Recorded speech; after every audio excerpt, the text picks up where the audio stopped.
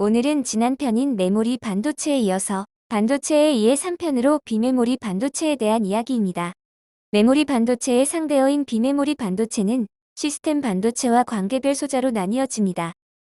하지만 관계별 소자의 비중이 그다지 크지 않기 때문에 우리가 반도체에 대한 기사나 이야기를 접할 때는 흔히 비메모리 반도체나 시스템 반도체를 구분하지 않고 표기하는 경우도 많기 때문에 이 점은 참고해서 보셨으면 합니다. 메모리 반도체의 주목적이 정보 저장이었다면 비메모리 반도체의 주목적은 정보 저장 이외의 정보 처리, 연산, 논리 작업 등 컴퓨터가 할 수 있는 대부분의 기능을 하는 반도체를 의미합니다. 또한 메모리 반도체가 소품종 다량 생산이라면 비메모리 반도체는 다품종을 소량 생산하게 됩니다. 우리나라의 경우 기술력이 없던 시기에 반도체를 하려다 보니 소품종을 다량으로 생산할 수 있는 메모리 반도체를 먼저 할 수밖에 없었으며 그런 이유로 지금의 메모리 반도체 강국으로 우뚝 설 수 있었습니다.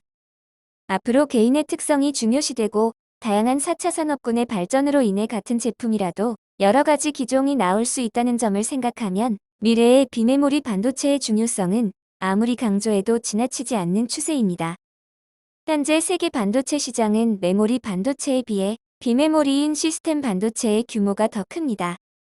세계 반도체 무역 통계 기구인 WSTS에 따르면 2018년 시스템 반도체 시장 규모는 약 3,108억 달러 우리 돈 350조 원으로 메모리 반도체 시장 규모인 178조 원보다 약 2배의 수준을 유지하고 있습니다. 그런데 이렇게 메모리에 비해 비메모리 시장의 큰 비중은 시간이 가면 갈수록 점점 차이가 벌어질 것으로 예상할 수 있는데 그 이유는 다음과 같습니다. 첫 번째, PC를 비롯한 전방 산업의 안정적인 성장세가 지속될 것입니다. 두 번째, 4차 산업을 중심으로 다양한 수요의 폭발적인 성장이 예상됩니다. 세 번째, 고사양 제품으로 갈수록 가격이 높아질 수밖에 없습니다. 네 번째, 핸드폰 등 다양한 기기들이 다양한 형태로 등장할 수밖에 없으며 다섯 번째, 자동차 내 반도체 사용량이 획기적으로 증가할 것 등을 이유로 들 수 있습니다. 전체적으로 해석해보면 비메모리 즉 시스템 반도체는 AI인 인공지능, LOT인 사물 인터넷, 자율주행 등으로 대표되는 4차 산업혁명에서 핵심 부품으로 자리 잡고 있어서 향후에는 더 괄목할 만한 성장이 예상됩니다. 세계 시스템 반도체 시장에서 우리나라의 점유율은 대략 4% 정도로 그다지 크다고 볼 수 없으며 메모리 반도체의 점유율 65% 내외까지 합하면 전체 반도체 시장에서는 약 24%의 점유율을 기록하고 있습니다. 이제 본격적으로 시스템 반도체에 대해 알아보겠습니다. 시스템 반도체는 팹리스와 파운드리 그리고 디자인 하우스 이렇게 세 개로 나눌 수 있습니다. 이해가 쉽게 예를 들어 설명을 하면 건설에서 설계와 시공 감리가 있고 설계는 도면을 그리는 일만 하고 시공은 도면대로 건축물을 만드는 일을 하게 됩니다. 그리고 감리는 설계와 시공 양측의 입장을 조율하는 일을 하게 됩니다. 이 사례를 가지고 시스템 반도체와 비교해보면 팹리스는 반도체의 설계를 담당하는 일을 주로 하게 되고 파운드리는 설계를 가지고 제품을 만들어내는 시공과 같은 일을 합니다. 그리고 디자인 하우스는 설계와 시공 사이에서 양쪽의 입장을 조율하는 감리와 같은 일을 하는 것을 의미합니다. 시스템 반도체는 설계부터 제조까지 모두 한 업체에서 하는 메모리 반도체와는 달리 설계와 제조 공정이 분리되어 있습니다. 반도체를 만들기 위해서는 복잡한 회로를 설계해야 하는데 설계만 하고 직접 생산하지는 않는 경우가 있는데 이를 팹리스라고 부르며 퀄컴, 인텔 등이 대표적인 기업입니다. 제조 공정만 하는 파운드리 업종의 대표적인 회사가 대만의 TSMC인데 이곳은 자신이 설계를 하지 않고 타인이 설계한 반도체를 제조만 해주는 업체입니다.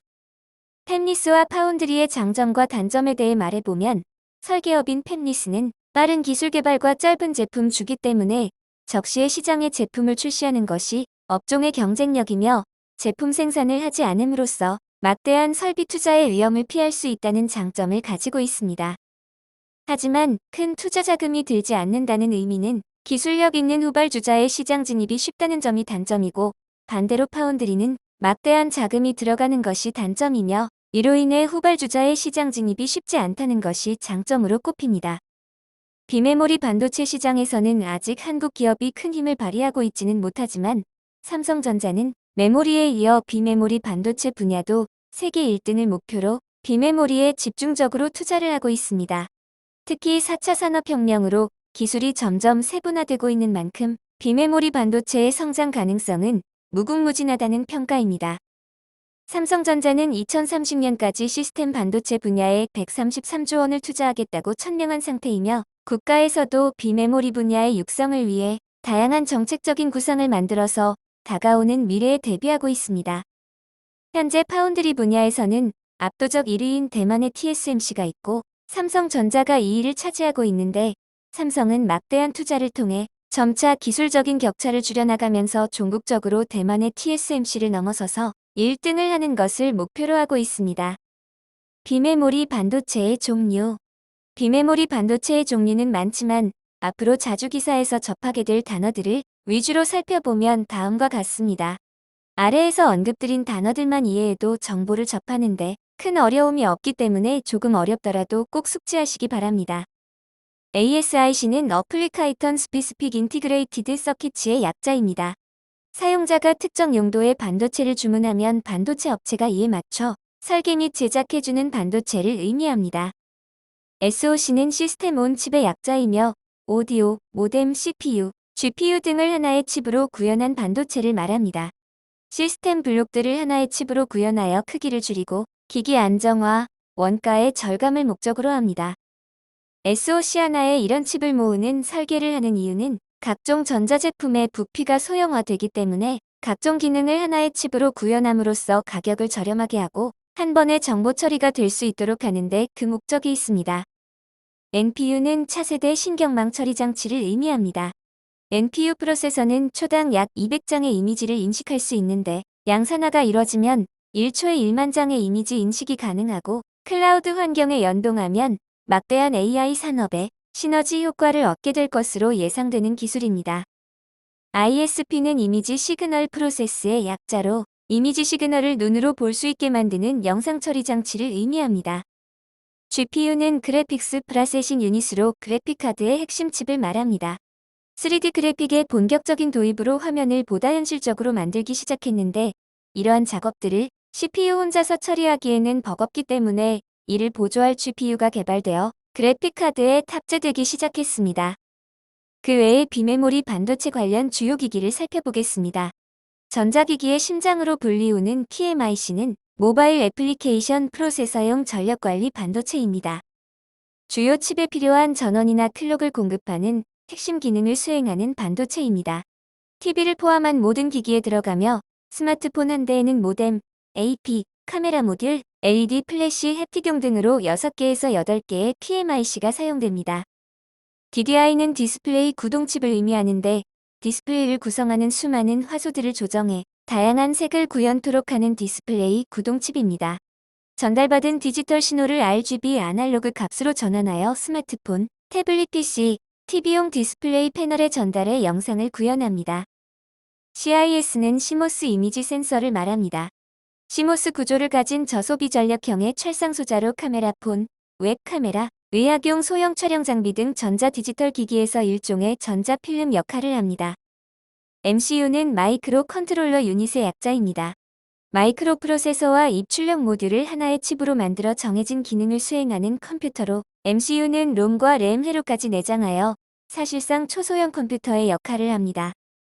MCU는 대부분의 전자제품에 채용돼 전자제품의 두뇌 역할을 하는 핵심 칩으로 단순 시간 예약에서부터 특수한 기능에 이르기까지 제품의 다양한 특성을 컨트롤하는 역할을 하는 비메모리 반도체입니다. 이런 단어들은 처음에는 보기만 해도 머리가 지끈거리고 입에 붙지 않아서 보고 까먹고를 되풀이하지만 어느 정도 익숙해지기만 하면 업종과 회사를 이해하는 데 큰 도움이 됩니다. 예전에 LB세미콘을 추천하면서 했던 얘기를 가지고 이런 단어들이 어떻게 쓰이는지 알아보겠습니다.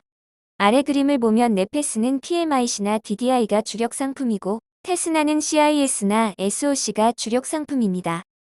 그런데 LB세미콘이 네페스의 PMIC나 DDI 분야의 진출 범위를 넓힐 예정이며 테스나의 CIS나 SoC 부분에도 도전장을 던지면서 LB세미콘의 역할이 증대된다는 의미를 그림에서 한눈에 알아볼 수 있습니다. 또한 이런 제품군들은 메모리가 아닌 비메모리 제품군이라는 점을 이해하면 앞으로 반도체의 방향성에 따른 투자 방향을 설정할 수 있기 때문에 구체적인 의미까지 알 필요는 없다고 해도 대략적인 내용은 꼭 이해가 필요한 사안이기도 합니다.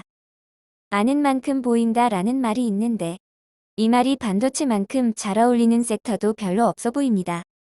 조금 어렵더라도 한 번만 공부해 놓으면 두고두고 써먹을 수 있기 때문에 꼭 한번 공부하시기를 권해드리며 이제 큰 내용은 마무리하고 시간이 나는 대로 반도체의 공정과 이에 해당하는 회사들을 살펴보는 시간을 갖도록 하겠습니다.